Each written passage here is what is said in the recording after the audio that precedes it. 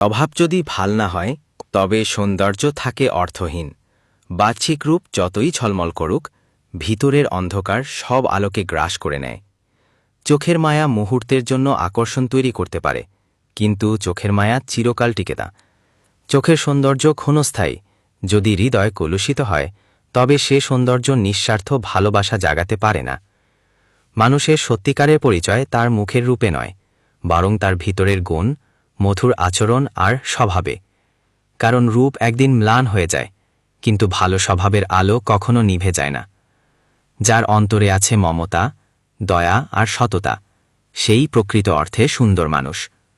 রূপ দিয়ে হয়তো কিছু সময়ের জন্য কাউকে আকৃষ্ট করা যায়, কিন্তু ভালো স্বভাব দিয়ে মানুষের অন্তর জয় করা যায় আজীবনের জন্য।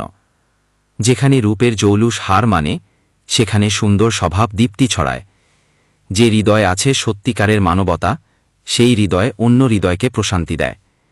তাই কখনো বাহ্যিক সৌন্দর্য দেখে নয়, মানুষকে বিচার করো তার ভেতরের আলো দিয়ে। কারণ বাহ্যিক রূপের ঝলক ম্লান হয়ে যায়, কিন্তু হৃদয়ের নির্মল স্বভাব অমর হয়ে থাকে অন্যের স্মৃতিতে, অন্যের দোয়ার মাঝে।